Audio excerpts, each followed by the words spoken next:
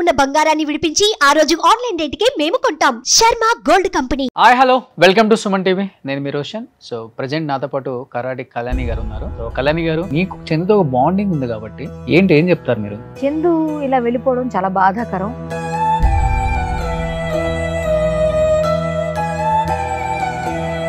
అన్నిటికన్నా ముందు ఆ పిల్లల్ని చూశాక నాకు నిజంగా ఆ విషయం ముందు తెలిస్తే డైవోర్స్ అవ్వకుండానే ఈ అబ్బాయి అలా వెళ్ళాడని చెడమడ తిట్టిపడేసి. త్రినైనిలో మీ చెల్లెలుగా చేసిందన్నారు కాబట్టి పవిత్ర మనిషిగా ఎలా ఉంటుంది అసలు? ఆమె యారగెంట్ గా ఉంటుంది. నాకు మొన్న జీ తెలుగు కమిటీ ఏదో ఉత్సవం ఏదో చేశారు వాళ్ళు, దానిలో నేను డాన్స్ పిలిచారు నన్ను. అప్పుడు ఈవిడ నేను కలిసి పక్కనే డాన్స్ చేశాను పవిత్ర. నేను అప్పుడు క్యారవాన్ లో కూర్చుని మాట్లాడినప్పుడు ఎలా ఉన్నారు ఆయన అంటే, లేదండి అదేం లేదు అన్న, నేను చందుని పెళ్లి చేసుకున్నాను అన్నారు. ఈ అమ్మాయి వదిలేసాడని తెలిసిన తర్వాత అబ్బాయి మీద మామూలు కోపం రాలేదు. నేను ఒకటే అంట, ఆవిడ చావు ద్వారా ఈ అబ్బాయి చావుకు ముడిపెట్టాడు భగవంతుడు. చందు వైఫ్ మాటలు విన్నప్పుడు ఏమనిపించింది? నిజంగా మా తెలియదు. వెళ్ళం ఎన్ని భరించాలని భరించింది ఆవిడ. నెక్స్ట్ త్రినైని సెట్కి వచ్చి ఆవిడ కాళ్ళు పట్టి బ్రతిమాలిందండి ఆవిడ్ని, నా మొగుడిని వదిలే అని.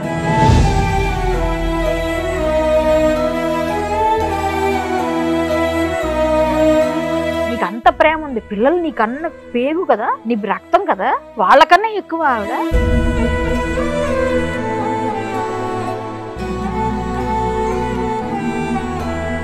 ఫైనాన్షియల్ గా కూడా బాగా వీక్ అయిపోయారు. ఇప్పుడు మీరు చెప్తున్నారుగా, ఇప్పుడు ఎవరో మినిస్టర్ గారు ఆయన ఎవరో కానీ చేతిలో దండం పెట్టారు. చాలా గ్రేట్ సార్ మీరు. ఇప్పుడే నేను ఇంత ముందు వచ్చేటప్పుడే కాల్ చేశారు, రోషన్ నీది ఇంటర్వ్యూ చూశాను, చాలా బాగా అనిపించింది, ఇలా ఎవరికి జరగకూడదు, కుదిరితే నువ్వు ఇంటికి వెళ్ళి మాట్లాడి డీటెయిల్స్ ఇస్తే ఇద్దరు పిల్లల్ని చదువు అయిపోయే వరకు నేను చదివిస్తాను. వాళ్ళ వైఫ్ మరీ చెప్పారు.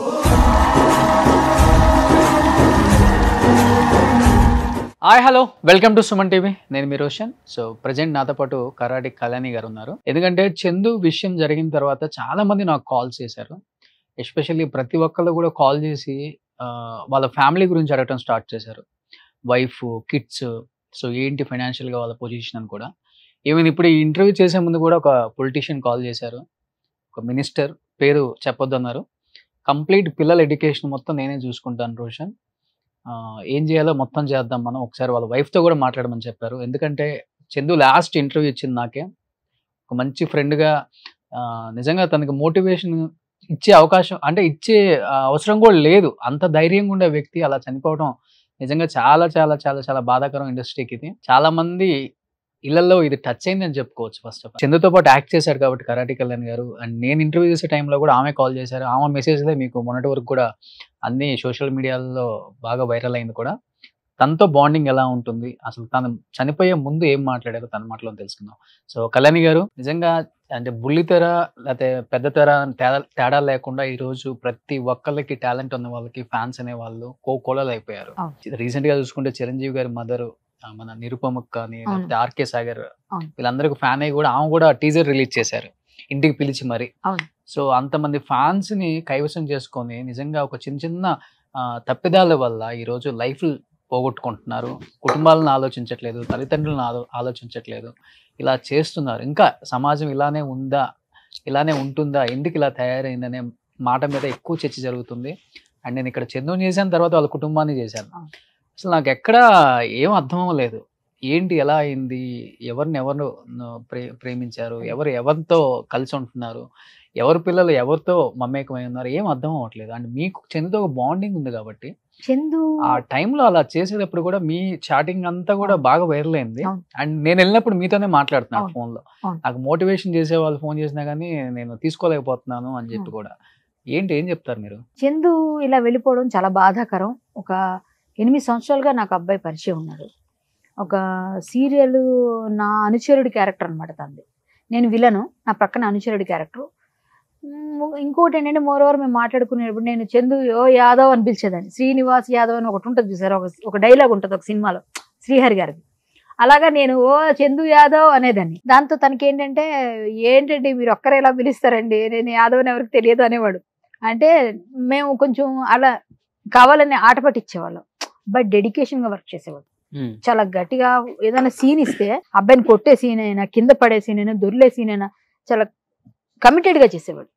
చాలా బాగా మంచి ఆర్టిస్ట్. కానీ ఆ 8 సంవత్సరాలు మేము చేసినప్పుడు కానీ అబ్బాయి పనికి వస్తాడు, మంచి హైట్ పర్సనాలిటీ ఉన్నాడు కదా, ఫ్యూచర్ లో ఎప్పుడైనా విలన్ అయ్యే అవకాశాలు ఉన్నాయని అందరూ అనుకున్నాం. చిన్న బుల్లితెర పైన ఏదైనా మంచి మంచి పొజిషన్కి వస్తాడు అని. యాక్ట్ చేశాడు కదా 2-3 సీరియల్స్ నా పక్కనే. నేను విలను మెయిన్ లీడ్ క్యారెక్టర్ చేసేదాన్ని సీరియల్స్ లో. అప్పుడు నా పక్కన ఒక అనుచరుడు ఉంటాడు కదా ప్రతి విలన్కి, అందులో ఈ అబ్బాయి ఉండేవాడు. ఈ అబ్బాయి తర్వాత ఇంకొక అబ్బాయిని కూడా, తర్వాత ఈ అబ్బాయి తర్వాత ఇంకొకరిని పెట్టారు తర్వాత కొన్ని సీరియల్స్ లో. సో 2-3 సీరియల్స్ చేసాం మేము. ఈ త్రినైనిలో కూడా నా పక్కన ఫస్ట్. ఓకే, నేను బిగ్ బాస్ కి వెళ్లే ముందు త్రినైని చేశాను. అది మానేసి నేను త్రినైని పవిత్ర క్యారెక్టర్ ఫస్ట్ మీరేనా? కాదండి, త్రినైనిలో అమ్మాయి నా సిస్టర్ క్యారెక్టర్ పవిత్ర. వీళ్ళందరూ మా ఇంటికి వస్తారు. ఈ చందు నా అసిస్టెంట్. త్రినైనిలో నేను చేసేప్పుడు బిగ్ బాస్ కి వెళ్ళిన ముందు అనమాట ఇది చెప్తుంది స్టోరీ. అప్పుడు వీళ్ళిద్దరు ఫ్రెండ్స్ కూడా కాదు, నా పక్కన అసిస్టెంట్ చందు. త్రినైనిలో ఆమె నాకు సిస్టర్ క్యారెక్టర్. ఇద్దరు పరిచయం కూడా లేదు అప్పుడు? లేదు, ఫస్ట్ టైం పరిచయం నాకు. వీళ్ళిద్దరికి పరిచయం కూడా లేదు అప్పుడు. నేను అప్పుడు త్రినైనిలో చేసేప్పుడు నా ఇంట్లో పెళ్లికి వీళ్ళంతా వస్తారు. మొత్తం హీరో, హీరోయిన్ అప్పుడే హీరోయిన్ అక్కడ ఎంట్రీ అవుతుంది. మా ఊర్లో ఉన్నట్టు అనమాట హీరోయిన్. సో వీళ్ళందరూ, ఈ సత్య ఉంది కదా ఆ అమ్మాయి కూడా త్రినైనిలో చేసింది. సో వీళ్ళంతా కలిసి చేసేప్పుడు చందు కూడా నాతో చేసేవాడు. దూరంగా కూర్చుని ఉండేవాడు అందరితో మాట్లాడుతూ. పవిత్ర గారికి పరిచయం కూడా లేదు అబ్బాయికి అప్పుడు. తర్వాత కొన్ని రోజుల తర్వాత నేను త్రినైని మానేశాను. బిగ్ బాస్కి వెళ్ళి వచ్చిన తర్వాత అన్ని సీరియల్స్ మానేసిన తర్వాత నాకు మొన్న జీ తెలుగు కమిటీ ఏదో ఉత్సవం ఏదో చేశారు వాళ్ళు. దానిలో నేను డాన్స్ పిలిచారు నన్ను. విలన్స్ అందరికీ ఒక డాన్స్ పెట్టారు, కామెడీ డాన్స్. అప్పుడు ఈవిడ నేను కలిసి పక్కనే డాన్స్ చేసాం పవిత్ర నేను. అప్పుడు క్యారవాన్లో కూర్చుని మాట్లాడినప్పుడు మీ హస్బెండ్ ఎలా ఉన్నారు, పిల్లలు ఎలా ఉన్నారు ఇవన్నీ అడిగా. ఆవిడ ఏదో చెప్పారు, ఇంతకుముందు ఇంకొక రిలేషన్ ఉండేది ఆ విషయం చెప్పారు. ఆ విషయం నాకు తెలుసు కాబట్టి నేను అడిగాను ఆవిడని, ఎలా ఉన్నారు ఆయన అంటే, లేదండి అదేం లేదు అన్నారు. నేను చందుని పెళ్లి చేసుకున్నాను అన్నారు ఆవిడ. అవునా? చందు, ఏ చందు అన్నాను. మీకు తెలుసు కదా చందు, ఏ చందు అంటే ఫోటో తీసి చూపించింది. అప్పుడు దాకా వీళ్ళిద్దరు పెళ్లి చేసుకుని నాకు తెలీదు. అప్పుడు చూసి ఈ అబ్బాయి తెలుసు నాకు, మా చందు యాదవ్ కదా అంటే, తనే అని. మరి తను పెళ్ళయింది కదా అని అడిగాను నేను. అంటే పెళ్ళికి కూడా నన్ను పిలిచాడు కదా, పెళ్ళయింది కదా అంటే, డివోర్స్ అయిపోయినట్టుంది ఆల్మోస్ట్, అక్కడ లేదు, అక్కడ ప్రాబ్లం వచ్చింది అని చెప్పింది ఆమె. ఎవరికి కాలేదు ఇద్దరికి? అసలు నాకు తెలియదు కదా, ఆమె చెప్పిందే నేను చెప్తున్నా. సరే అయిపోయిన తర్వాత మేము డాన్స్ చేస్తే వచ్చేసాను. వచ్చేసిన తర్వాత ఈమె చనిపోయిందన్న విషయం టీవీలో వచ్చింది కదా, నేను చూసి అప్పుడు నేను కొంచెం మొన్న డీహైడ్రేట్ అయిపోయి నాకు డయేరియా వచ్చి నేను హాస్పిటల్లో ఉన్నా ఆ టైంలో. ఈమె చనిపోయిన టైంకి నాకు బాగాలేదు కొంచెం ఒంట్లో. సో నేను ఇలా ఉన్నాను, కొంచెం మాట్లాడే పొజిషన్, కొన్ని ఫోన్లోకి పలకరిస్తానని చందు నెంబర్ అప్పుడు తీసుకున్న త్రినైని వాళ్ళ దగ్గర నెంబర్ పంపించారు. ఆ నెంబర్ తీసుకుని చందుకు కాల్ చేశారు. చేసి ఏం చందు ఏంటి ఇలా అయిపోయిందంటే, చచ్చిపోయిందండి పవిత్ర చచ్చిపోయింది, నాకు 4 hours తర్వాత తెలిసిందని బాధ ఏడ్చేస్తున్నాడు. ఏడ్చేస్తుంటే ఏం పర్లేదు బాధపడకు, ఎవరైనా ఏం చెప్తాం కన్సల్ట్, మొత్తానికి బాబు ఏం కాదు, అన్ని కార్యక్రమాలు ఏంటి మేము రావాలా, ఏమైనా హెల్ప్ కావాలా అని అడిగితే బెంగళూరు తీసుకెళ్తారు, హైదరాబాద్ తీసుకురావట్లేదు, బెంగళూరు వెళ్తున్నాం, బెంగళూరుకి వెళ్ళిపోయిన తర్వాత అక్కడ అన్ని చేసేస్తారు కార్యక్రమం, మీరు రావద్దులేండి అన్న. సరేనే వచ్చాక ఫోన్ చేయి, నేను వచ్చి కలుస్తాను నిన్ను అనేసా. అయిపోయింది. నెక్స్ట్ డే మళ్ళీ కాల్ చేశాను. అయిపోయినాక అన్ని అయిపోయి కార్యక్రమాలు ఏంటి, డాక్టర్ ఏమన్నారు నీ గురించి, నీకు ఎలా ఉంది హెల్త్ అని అడిగితే అబ్బాయి ముందు రోజే ఏడుస్తున్న పరిస్థితి చూసి బాధ అనిపించింది. తెలిసిన అబ్బాయి కదా, తెలియని వాళ్ళకే మనం ఏదో హెల్ప్ చేస్తాం, పాపం తెలిసిన అబ్బాయి ఏదో బాధపడుతున్నాడు అనుకో నేను చేశాను. చేస్తే డాక్టర్ గారు నాకు ఎంఆర్ఐ తీసుకోమన్నారు. నేను నిమిషంకి ఒకలా ఉంటున్నాను, నాకే తెలియట్లేదు, నాకు మర్చిపోతున్నాను, నాకు ఇప్పుడు ఒకలా ఉంటున్నాను, తర్వాత ఒకలా ఉంటున్నానండి, బర్లే మళ్ళీ గుర్తొస్తున్నాయి ఏదో చెప్పాడు. అంటే బాగా డిప్రెషన్లో ఉన్నాడని అర్థమైంది. సరే చందు జాగ్రత్తగా ఉంటే నేను ఫోన్ చేస్తుంటాలే, నువ్వేం కాదు, ఏమైనా కావాలంటే ఎంఆర్ఐ తీసుకుంటే సిటీ న్యూరోకి వెళ్ళు, డాక్టర్ గారు బాగా చూస్తారు, నీకు చేతికి మాత్రం డాక్టర్ మధు గారు ఉన్నారు, ఆయన దగ్గరికి వెళ్ళి, ఆర్థోపెడిస్ట్ బాగా చూస్తారు, పెద్దవాళ్ళు, సినిమా ఇండస్ట్రీ అంతా అక్కడికి వెళ్తారు అని చెప్పాను. సరేనండి వెళ్తాను నేను అంటే, లేదా నేను చెప్తాను నువ్వు వెళ్ళు, లేదా నేనే వస్తా కావాలంటే తోడుగా నీకు అని చెప్పేశాను. అంటే ఓకేనండి అన్నాడు. ఆ తర్వాత నైట్ మళ్ళీ నేను అలా పలకరించాను 2 రోజులు. పలకరించి నైట్ ఈవినింగ్ లేట్గా ఉంటేనే ఫ్రీ అవుతారు, అందరూ ఫోన్ చేస్తున్నారు, అది ఇది నా మీద లేనిపోని రాస్తున్నారు, నేనే చంపాను అన్నారు, అన్ని బాధపడ్డాడు చాలాసేపు, ట్రోల్స్ అని. నేను చచ్చిపోతున్నా అన్నాడు. ఏం మాట్లాడుతున్నాను, మెసేజ్లోనే మాట్లాడే ఫస్ట్ తర్వాత 2వ రోజు నుంచి మాట్లాడితే, నేను ఉండనండి పోతాను, వెళ్ళిపోతాను. ఎక్కడికి వెళ్ళిపోతావు అంటే, నేను చచ్చిపోతాను, నేను ఉంటే పిచ్చోడిని అయిపోతాను, లేకపోతే తాగుబోతే అయిపోతాను, ఇంట్లో వాళ్ళకి భారంగా ఉండాలి, నేను చచ్చిపోతాను. ఏం మాట్లాడుతున్నా, పిచ్చి మాటలా, మేమందరం లేవా, నేను డిప్రెషన్లోకి వెళ్ళా మా ఫాదర్ చనిపోయాక, నేను అనుకున్నా వాళ్ళతో వెళ్ళిపోలేము, మనం వాళ్ళ ఆశయాలను తీసుకెళ్ళాలి ముందుకు, ఏదైనా ఎవరైనా ఉంటే అలా చేయకూడదని నేను మోటివేట్ చేస్తూ ఏవో పెట్టాను మెసేజ్. వినలేదు. మళ్ళీ మాట్లాడుతూ ఉంటే కూడా, లేదు మీరు ఎవరికి చెప్పకండి నేను చచ్చిపోతాను. బాధలో ఉన్నప్పుడు అందరూ అంటారు కదా మాటలు, చచ్చిపోతానని. ఆ విషయంలోనే అలా అంటున్నాడులే అనుకున్నాను నేను. ఆ తర్వాత చాలా చెప్పాను, యాదవ్ అంటే ధైర్యం, నువ్వు అలా చేయకూడదు, అట్లా ఇట్లా కూడా మోటివేట్ చేశా. ఫోన్ చేశా, నీకేమైనా ఇబ్బంది ఉంటే చెప్పు, నువ్వు ఇబ్బంది పడుతున్నట్టున్నా, ఫోన్ కట్ చేసేస్తున్నావు అని. సరేలే గుడ్ నైట్ టేక్ కేర్ అని పెట్టాను. అబ్బాయితో మాట్లాడితే మనకు కొంచెం డైవర్ట్ చేయాలని. ఇంతట్లో ఏం చెప్పాడు, నేను వైజాగ్ వెళ్తున్నా, వచ్చినాక నేను కలుస్తా, నువ్వు సిటీలోకి వచ్చావు కదా, రోషన్ ఇంటర్వ్యూ చూసాను బాగుందని అది కూడా మాట్లాడా. వైజాగ్లో మాది ఆ గిమ్స్ ఉంది కదండి హాస్పిటల్, అది మేమే కొనుక్కున్నాం అన్నాడు. ఎవరు మీరు కొనుక్కోవడం ఏంటి అన్న. అతను ఒక డాక్టర్ అనమాట, ఇంగ్లాండ్ నుంచి వచ్చిన డాక్టర్, అక్కడ పెట్టారు యాదవ్ డాక్టర్, మాకు రిలేషన్ తెలిసిన వాళ్ళు. అయితే వైజాగ్లో పెద్ద హాస్పిటల్ కట్టారు, అది సంథింగ్ ఏదో ప్రాబ్లంలోకి వెళ్ళిపోయి వీళ్ళ దగ్గర ఫైనాన్స్, వీళ్ళ బావగారు ఎవరు చేశారట ఫైనాన్స్, చందు వాళ్ళ బావగారు చేసి అది ఆప్షన్కి వెళ్ళిపోయింది. ఆప్షన్లో మేమే తీసుకున్నాం, అది ఇప్పుడు మేము డిస్కస్ చేసి తీసేస్తున్నాం. అది దాన్ని వైజాగ్లో ఎవరైనా పెద్దవాళ్ళు ఉంటే చెప్పాలనుకుంటే మొన్న ఒకటి వచ్చింది, నేను రావాలి వైజాగ్ అన్నాడు. మొన్నే యాక్సిడెంట్ అయింది కదా కార్లో, మేము కార్లో వెళ్తున్నాము, కానీ నేను కార్లో రమ్మని నేను అన్న, ఇక మీదట నువ్వు తర్వాత వచ్చేసే, లేకపోతే నువ్వు ఎలా ఫ్లైట్లో వస్తారా, అక్కడ ఏమైనా హెల్ప్ కావాలని నేను చేస్తా వైజాగ్లో, అక్కడ ఎవరైనా డాక్టర్, ఆ డాక్టర్ గారు కూడా తెలుసు నాకు, వేరే ఎవరితో కూడా మాట్లాడదాం అని చెప్పాను. అంటే సరేనండి అలాగే అన్నాడు. నేను లేకపోతే ఇంకా 2-3 డాక్టర్స్ చెప్దాంలే, అక్కడ ఉన్నారు కదా ఎవరైనా తీసుకుంటారేమో అంటే, మాకు ఒకటి అయిపోయిందండి డీల్, అయిపోతే నా లైఫ్ సెటిల్ అయిపోద్ది అన్నాడు. అంటే పిల్లలు ఎలా ఉన్నారు, వైఫ్ ఎలా ఉన్నారంటే వాళ్ళతో ఆల్మోస్ట్ అయిపోయింది అన్నాడు. డైవోర్స్ అయిపోయిందని నాకు చెప్పాడు. ఫస్ట్ పెళ్లి చేసేసుకున్నారా లేకపోతే ఊరికే అట్లా లివినా అని అడిగాను. అడిగితే పెళ్లి చేసుకున్నామండి, మేము ఇద్దరం గుడిలో చేసుకున్నాం, పెళ్ళి అయింది మా ఇద్దరికి అన్నాడు. మేము లివిన్లో ఉన్నారేమో అనుకున్నానయ్యా నేను, లేకపోతే ఆవిడ కూడా మొన్న నాకు చెప్పారు. అవును, నాకు పవిత్ర కూడా చెప్పింది, మీతో మాట్లాడిందంట కదా, నా ఫోటో చూపించిందంట కదా అని చెప్పాడు నాతో. అయిపోయిన తర్వాత ఇప్పుడు ఏంటి ఎప్పుడు వచ్చావంటే, నేను ఏదో ఇన్సూరెన్స్ కోసం వచ్చా, ఇన్సూరెన్స్ ఏవి నామినీస్ ఏవి ఉన్నాయి ఏదో చెప్పాడు. నాకెందుకు చెప్పినంత వరకు విన్నా. తర్వాత ఇదంతా చెప్పాడు అనమాట. అక్కడ వైజాగ్ వస్తాను నేను వాళ్ళు బయలుదేరాలి, కానీ నాకు హెల్త్ బాగాలేదని నేనే పోస్ట్ పోన్ చేశానని చెప్పాడు. సరే నేను వెళ్తున్నా, నేను వచ్చిన తర్వాత నేను కలుస్తా, నువ్వు వస్తే అక్కడ ఫోన్ చేయి, నేను అక్కడ ఏమైనా హెల్ప్ కావాలని చేస్తా, జాగ్రత్త ధైర్యంగా ఉండు, ఏం లేదు అందరూ ఉన్నాం, మేమందరం నీకు సపోర్ట్ చేస్తాం, మళ్ళీ నీకు సినిమాలు వస్తాయి సీరియల్స్ వస్తాయి, నువ్వు మళ్ళీ ఒక మంచి పొజిషన్ ఇస్తాడు దేవుడు నీకు అని. నేను ఏదో నా వరకు నేను ప్రయత్నం చేశాను 3 రోజులు, నేను ఫోన్ చేస్తూనే ఉంటాను, నీకు తగ్గే వరకు నువ్వు సెట్ అవ్వు, ఏం కాదు, మన పిల్లడు మంచిగా ఉండాలి, అందరూ బాగుండాలని కోరుకున్నా అని చెప్తున్నాను. అలాగేనండి అలాగే నాకు కావాలని చెప్పేసి అనేసాడు. అంతే అయిపోయింది. నేను బుధవారం అయిపోయింది, నైట్ ఎందుకు మనం నైట్ జర్నీ వద్దని బుధవారం నైట్ వెళ్ళకుండా లక్ష్మీవారం మార్నింగ్ బయలుదేరి వెళ్ళాను, ఈవినింగ్కి చేరిపోయాను నేను నైట్ వరకు. ఇంకా అలసిపోయాం కదా అని పడుకొని ఇంకా ఆ రోజు చేయలేదు ఫోన్. ఫ్రైడే లేదు, నేను లక్ష్మీవారం నేను రాజమండ్రిలో మా ఫ్రెండ్ వాళ్ళ ఇంట్లో ఉండిపోయి మార్నింగ్ లేచి వెళ్ళాం, ఫ్యామిలీతో వెళ్ళాం మేము, మా తమ్ముడు మేము అందరం కలిసాను. నైట్ టైం ఎందుకు ఎర్లీ మార్నింగ్ మళ్ళీ లేచి బయలుదేరి వెళ్ళిపోయాం. శుక్రవారం వెళ్ళిపోయాను ఈవినింగ్ అంతా. ఫ్రైడే ఇంకా చేద్దామని అనుకుంటే ఇంట్లో పనులన్నీ ఉన్నాయి, ఉదయం నుంచి అన్ని పనులు చేసుకుని సాయంత్రం ఫోన్ చేద్దాం అనుకున్నా, ఈలోగా న్యూస్ వచ్చేసింది. నేను 10 నిమిషాలు షాక్లో ఉండిపోయాను. ఈ పిల్లాడు ఏంటి, ఎంత చెప్పినా ఎన్ని చేసినా చచ్చిపోతానన్న మాటను పట్టుకొని అలాగే పట్టుకుని ఉన్నాడు, ఏంటి ఇంత చిన్న వయసు, పిల్లలు ఉన్నారు అబ్బాయికి, ఆవిడని వదిలేసి వచ్చేసాడు. తర్వాత నాకు ఇంతగా చెప్పలేదు, ఆవిడని డైవోర్స్ ఇచ్చాను అన్నట్టే చెప్పాడు, సెటిల్ అయిపోయిందని చెప్పాడు, ఆల్మోస్ట్ సెటిల్ అయిపోయిందని చెప్పాడు. ఇది ఒక్కటి మాట అన్నాడు. అంటే నేను అప్పుడు అడిగాను, మరి ఆవిడని ఎలా చేసుకున్నావు అంటే, ఆల్మోస్ట్ సెటిల్ అయిపోయిందండి, ఈవిడే నాకు అమ్మలా చూసుకుంది, ఈవిడే నా తల్లిలాగా అని అట్లా చెప్పాడు. చెప్పి అందరూ పిచ్చిగా రాస్తున్నారండి, అదండి ఇదన్నా నాతో బాధపడకని చెప్పేసాను. నేను మన నెక్స్ట్ డే చెయ్యకపోవడం మరి అది నాకు తెలియదు కదా, పొద్దున్న చేసినా కూడా అబ్బాయి ఎత్తకపోయాడేమో, నేను చేయలేదు ఆ రోజు ఫోన్. సో అంతవరకే తెలుసు. నెక్స్ట్ మీ ఇంటర్వ్యూస్ అన్ని చూసా నేను, మీ వాళ్ళు అక్కడికి వెళ్ళేది ఇవన్నీ చూసినా, అన్ని కొంచెం నాకు అర్థమైంది ఏంటంటే వీళ్ళిద్దరు కూడా డైవోర్సులు తీసుకోలేదు, ఇద్దరు తీసుకోలేదు, ఇద్దరు బ్లెండర్ మిస్టేక్ చేశారు. ఇద్దరికి ఇష్టం ఉంటే, ఇప్పుడు సింగిల్స్ అనుకో, ఇద్దరు లోన్లీగా ఉన్నారు, ఎవరికాళ్ళు సపరేట్గా ఉన్నారు, అన్ని విడిపోయి ఉన్నారు అనుకో, పెళ్లి చేసుకోను ఎవరన్నా, ఎవరితోనే ఏదైనా చేసుకో. కానీ ఇటువైపు చిన్నపిల్లల లైఫ్ తీసేసాడే, వాళ్ళు పెద్దోళ్ళు అయిపోయారు, చిన్నపిల్లలు వీళ్ళు అసలు అమాయక పక్షులు. వాళ్ళకి ఏం తెలుసు, ఇది కదా నువ్వు చేయి పట్టుకుని వేలు పట్టి నడిపించాలి, నాన్న నువ్వు నా హీరో అని పాటలు పాడతారుగా, ఇప్పుడు నాన్న నువ్వు కదా నిలబడాలి. ఇలాంటి టైంలో పిల్లల్ని వదిలేసి బంగారం లాంటి పెళ్ళాన్ని అన్ని సంవత్సరాలు లవ్ చేసి నన్ను పిలిచాడు పెళ్లికి. పెళ్లికి పిలిస్తే నేను వెళ్ళలేదు, అప్పుడు ఏదో షూటింగ్స్ బిజీ ఉండి వెళ్ళలేదు, 15లోనే వెళ్ళలేదు. వెళ్ళకపోతే నన్ను దెప్పేవాడు, ఎందుకు మీరు రాలేదు, మా పెళ్లికి ఎందుకు వస్తారండి మీరు చిన్న, మళ్ళీ యాదవ్ అంటారు, సేమ్ కమ్యూనిటీ అంటారు, మీరేమో రాలేదు, అట్లా నన్ను చెప్తే నేను నీ కొడుకు పెళ్లికి వస్తాలే, కూతురు పెళ్లి ఇలా అనేసి కామెడీ చేసేసేవాళ్ళు. ఇలా పెళ్లి చేసుకున్నారంటే విడిపోయాడేమో, మంచి లైఫే కదా ఇష్టపడి చేసుకున్నాడా అని అనుకున్నాను. కానీ మనం అంత డీప్గా ఎందుకు వెళ్తాం, నాతో ఎప్పుడు గౌరవంగా ఉండేవాడు.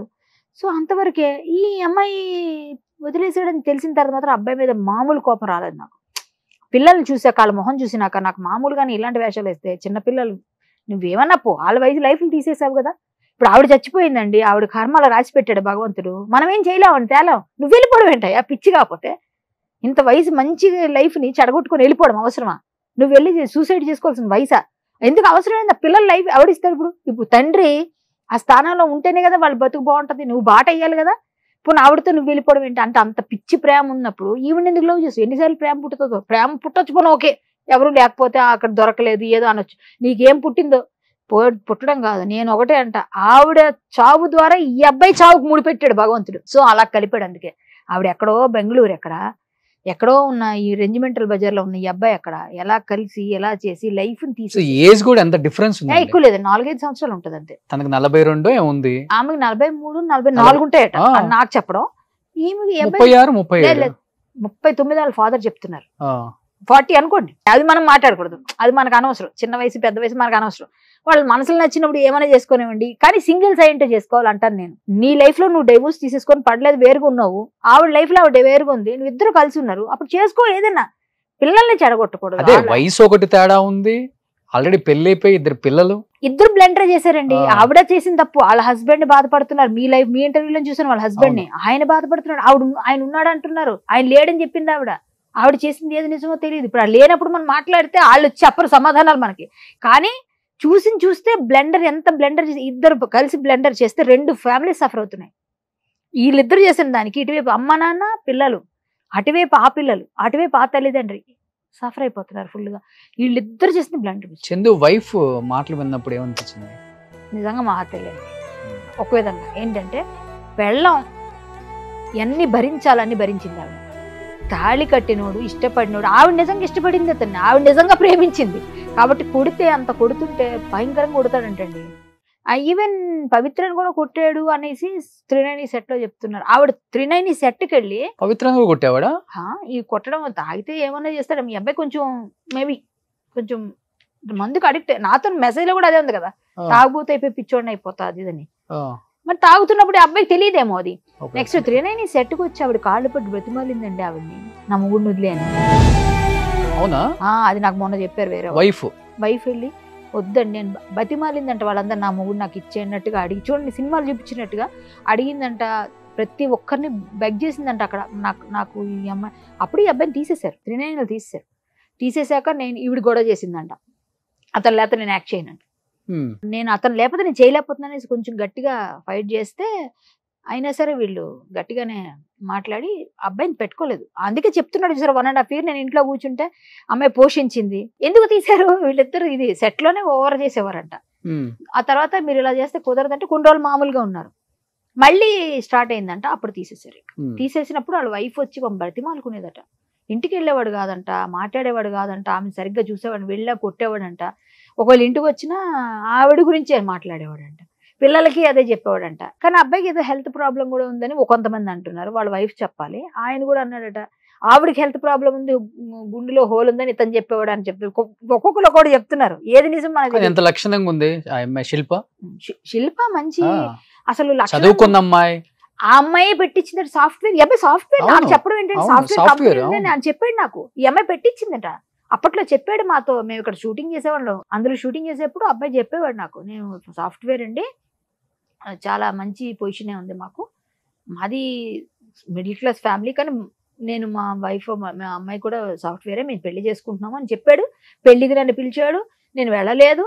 కానీ ఆ అమ్మాయిని చూశాక నాకు ఆ పిల్లల్ని చూశాక, అన్నిటికన్నా ముందు ఆ పిల్లల్ని చూశాక నాకు నిజంగా ఆ విషయం ముందు తెలిస్తే డైవోర్స్ అవ్వకుండానే ఈ అబ్బాయి అలా వెళ్ళాడని చెడమడ తిట్టిపడేసేదాన్ని చందుని. ఎందుకంటే నాకు ఆ చనువు ఉంది. ఆ పిల్లడు మాతో కలిసి చాలా సినిమాలు సీరియల్స్ చేసినప్పుడు మనకు బాగా తెలుసు కాబట్టి నేను తిట్టినా పడతాడు కూడా కాబట్టి నేను తిట్టేసేదాన్ని ఖచ్చితంగా. ఎందుకంటే ఆ పిల్లల మొహాలు చూసినాక చిచి ఏంటి ఇలా చేశాడు వీడు, నిజంగా అసలు ఇంత పిరుకోడు అనుకోలేదు. చచ్చిపోతాడా? అసలు చచ్చిపోవాల్సిన అవసరం ఉంది?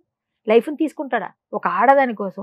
ఓకే, నీకు అంత ప్రేమ ఉంది, పిల్లలు నీకన్నా పేగు కదా, నీ రక్తం కదా, వాళ్ళకన్నా ఎక్కువ ఆవిడ. ఇప్పుడు ఓకే, నీకు అంత అమర ప్రేమ, అది అమర ప్రేమ అయితే మాత్రం, అమర ప్రేమ అయితే మీరు అమర ప్రేమికులే కావచ్చు, ఏమైనా కావచ్చు. ఇదేంటండి, తల్లిని మన పిల్లల్ని వదిలేసి ఒక అమాయకురాలు పెళ్లి చేసుకొని అన్ని సంవత్సరాలు లవ్ చేసి పెళ్లి చేసి అమ్మాయిని వదిలేసి నువ్వు చేసే ఘనకార్యం ఇదా? దేనికి పొందడం కుదరట్లేదు కళ్యాణి గారు. నేను బెంగళూరు వెళ్ళినప్పుడు వాళ్ళ పిల్లలు చెప్పారు, వాళ్ళిద్దరి మధ్య ఉన్న బంధానికి పేరు ఏంటంటే ఫ్రెండ్స్ అని చెప్పారు. కానీ పవిత్రాన్ని అడిగితే పెళ్లి చేసుకున్నానని చెప్పింది, చందుని అడిగినా పెళ్లి చేసుకున్నానని చెప్పారు అంటున్నారు మీతో. అసలు ఎక్కడ దేనికి? అంటే వాళ్ళ హస్బెండ్ నేను వదిలేసానని ఏమో చెప్పింది, కానీ మా ఇద్దరి మధ్య చాలా మంచి బాండింగ్ ఉంది, మళ్ళీ పెళ్ళం కావాలంటే ఆవిడే కావాలి, మళ్ళీ ఇంకో జన్మ అంటూ ఉంటే పవిత్రానే కావాలి, మేమిద్దరం ఫ్రెండ్స్ లాగా ఉంటాం అని ఆయన చెప్పాడు.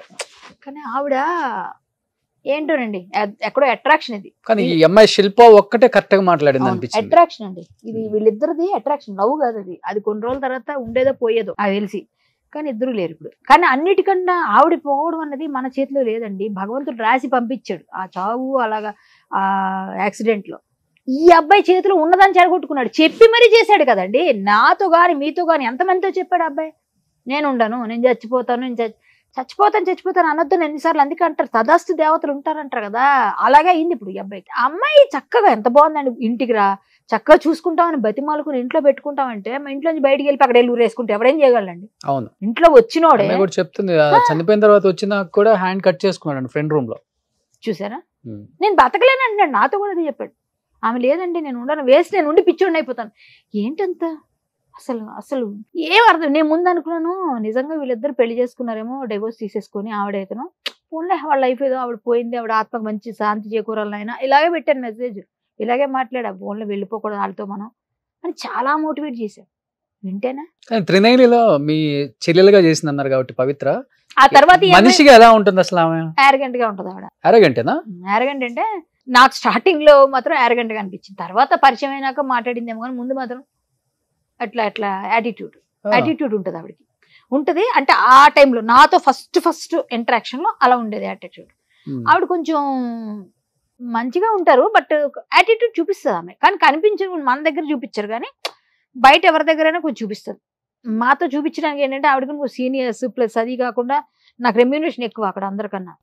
నేను గెస్ట్ లాగే తీసుకున్నారు, తర్వాత మళ్ళీ దాన్ని కంటిన్యూ చేయమని చెప్పారు, కానీ నేను బిగ్ బాస్ నుంచి వచ్చాక నేను కొంచెం అడిగా ఎక్కువ, దానివల్ల అవ్వలేదు. ఆవిడకి తక్కువ ఉంటుంది, మెయిన్ లేడీ చేసుకున్నప్పుడు తక్కువగా తీసుకుంటారు, మనకన్నా ఆవిడకి రెమ్యూనరేషన్ తక్కువే. నా డ్రెస్సులు నా నగలు అన్ని రిచ్గా ఉంటాయి ఎప్పుడు. సో ఏంటంటే ఆవిడ అన్ని మేము మాట్లాడుకున్న నగలు వాటి కోసమే మాట్లాడతారు జనరల్ గా కూర్చుంటే సెట్లు, ఇది ఎక్కడ కొన్నారు, ఇది ఎలా బాగుంది, కలర్ బాగుంది, నేను ఇదే కలర్ వేసుకుంది అనుకున్నాను, సేమ్ అయిపోతున్నాను, ఇలాంటివే ఉంటాయి మాటలు. తర్వాత ఎప్పుడైనా ఏం చేస్తారు పిల్లలు, ఎంతమంది పిల్లలు, ఎంతమంది ఏం చేస్తున్నారు, వాళ్ళు ఏం చదువుతున్నారు, ఇవే కదా అడుగుతాం. అలా మాట్లాడుకున్నాం. అప్పుడు కొంచెం ఫస్ట్ లో నేను తెలియనప్పుడు, నా గురించి తెలియనప్పుడు ఆవిడ ఎవరో అన్నట్టు ఇట్లా చూసి, తర్వాత వాళ్ళు పరిచయం చేసిన తర్వాత ఇది ఇవి సంథింగ్ సో అండ్ సో కామే. కానీ బయట వాళ్ళు చెప్తారు, నేను విన్నది చూసాను, కొంచెం అంతగా ఏమి మింగిల్ అవ్వరు ఫస్ట్ లో. అంటే ఎవరైనా ఆవిడ చెప్పింది ఎలా ఉంది, నేను చాలా లో నుంచి వచ్చానని చెప్తున్నారు కదా ఇంటర్వ్యూలో, ఆవిడ ఇంటర్వ్యూస్ చూస్తే అలా ఉన్న వాళ్ళకి అసలు ఉండకూడదు, డౌన్ టు ఎర్త్ ఉన్న వాళ్ళకి. ఇప్పుడు చిన్న ప్లేస్ నుంచి మనం పైకి ఎదిగామన్నప్పుడు అందరినీ అక్కడ నుంచి వచ్చానని ఉండాలి కదా, ఆ యారగెన్సీ ఉండేది. బట్ క్లోజ్ అయితే మరి అలా మంచిగా ఉంటారు. కొన్ని విషయాల్లో ముందు కొన్ని రోజులు అనిపించింది, తర్వాత నుంచి ఇప్పుడు మంచిగా మాట్లాడుతుంది. ఇప్పుడు మొన్న కలిసి జీ తెలుగులో చాలా కళ్యాణి గారు అట్లే, ఆ తర్వాత బాగానే అయిపోయింది. ముందులో ఉండింది కొంచెం యారగెన్సీ ఉంది, నా దగ్గర ఏదో చూపించలేక ఉందనే చెప్తారు అంతే. కానీ కేవలం అంటే మొత్తం చూస్తుంటే ఇదంతా సీరియల్స్ లో ఎలా జరుగుతుందో ఎపిసోడ్లు, సినిమాలలో ఎలా ఉంటుందో అలానే ఉంది స్టోరీ. అంటే ఇలా ఉండకూడదు మన జీవితంలో అనే ఒక గుణపాఠం అయితే ప్రతి ఒక్కరికి నేర్పించిందండి. ఎగ్జాంపుల్ కి ఇది చెప్పుకోవచ్చు మనం. ఇప్పటికి ఎవరైనా ఇలాంటి రిలేషన్స్ లో ఉండి, ఎవరైనా ఉంటే వైఫ్ ఉంటుండగా వేరే వాళ్ళతో రిలేషన్స్ ఉండి, ఇట్లాంటివి చాలా మంది ఉంటారు కదా. ఒక టైం వచ్చేసరికి రియలైజేషన్ ఉంటది వాళ్ళలోనో వీళ్ళలోనో. చందుకు ఆ రియలైజేషన్ వచ్చి ఉంటే ఈరోజు చందు ఒక పొజిషన్ లో పిల్లలకి తండ్రిగా నిలబడి ఉంటే ఆవిడ లైఫ్ బాగుండేది, శిల్పది పిల్లల లైఫ్ బాగుండేది. ఇప్పుడు శిల్ప లైఫ్ ఏంటండి, నిజంగా చాలా బాధ అనిపిస్తుంది. శిల్ప లైఫ్ ఫైనాన్షియల్ గా కూడా అంటే ఎక్కువ మరి 30,000 పంపించేవాడంట. ఫైనాన్షియల్ గా కూడా బాగా వీక్ అయిపోయారు ఇప్పుడు. మరి వాళ్ళకి ఎవరైనా సపోర్ట్ చేస్తే బాగుంటది, ఏదైనా ప్లాన్ చేయాలి, చూద్దాం ఏం జరుగుతుందో. కాకపోతే ఏంటంటే మీరు చెప్తున్నారుగా, ఇప్పుడు ఎవరో మినిస్టర్ గారు వాళ్ళంతా ఆయన ఎవరో కానీ చేతిలో దండం పెట్టాలి. ఆ మినిస్టర్ గారు నిజంగా వాళ్ళ పిల్లలు చదివించి, వీలుంటే తెలంగాణ గవర్నమెంట్ వాళ్ళకి ఇల్లు లేదు, ఆ పిల్లలతో ఆవిడ ఉండాలి అంటే ఆవిడకి ఏమి తెలియదు కదా, సొంత ఇల్లు లేదు. ఒక చిన్న ఇల్లు ఇచ్చారు అనుకోండి, ఏదన్నా గవర్నమెంట్ తలుచుకుంటే ఇవ్వగలుగుతుంది. ఏదన్నా ఇప్పుడు ఏదో డబుల్ బెడ్రూమ్ ఏదో ఉంటాయిగా, ఏదో ఒక ఇల్లు ఇచ్చో, లేకపోతే ఏదైనా విధంగా కొంచెం ఆవిడకి ఏదైనా ఉద్యోగం ఇచ్చానా, ఏదైనా చదువుకుంది కాబట్టి ఉద్యోగం ఏదైనా ఇచ్చినా ఆ పిల్లల్ని చూసుకుంటే వాళ్ళ లైఫ్ బాగుంటది. తండ్రి ఎలాగా పోయాడు, పోలేండి భగవంతుడు ఇంకొకరి రూపంలో చేయించి ఏదో విధంగా అమ్మ మేము ఉన్నాం ఆసరా అని చెప్పేసి వాళ్ళకి ఏమైనా చేస్తే బాగుంటదని నేను అనుకుంటున్నాను. ఆయన మీరు అన్నట్టుగా ఆ మినిస్టర్ గారు నేను ఇంతకుముందు వచ్చేటప్పుడే కాల్ చేశారు. చాలా గ్రేట్ సార్, మీరు మీకు శ్రీరామ రక్ష. చాలా బాధ అనిపించింది.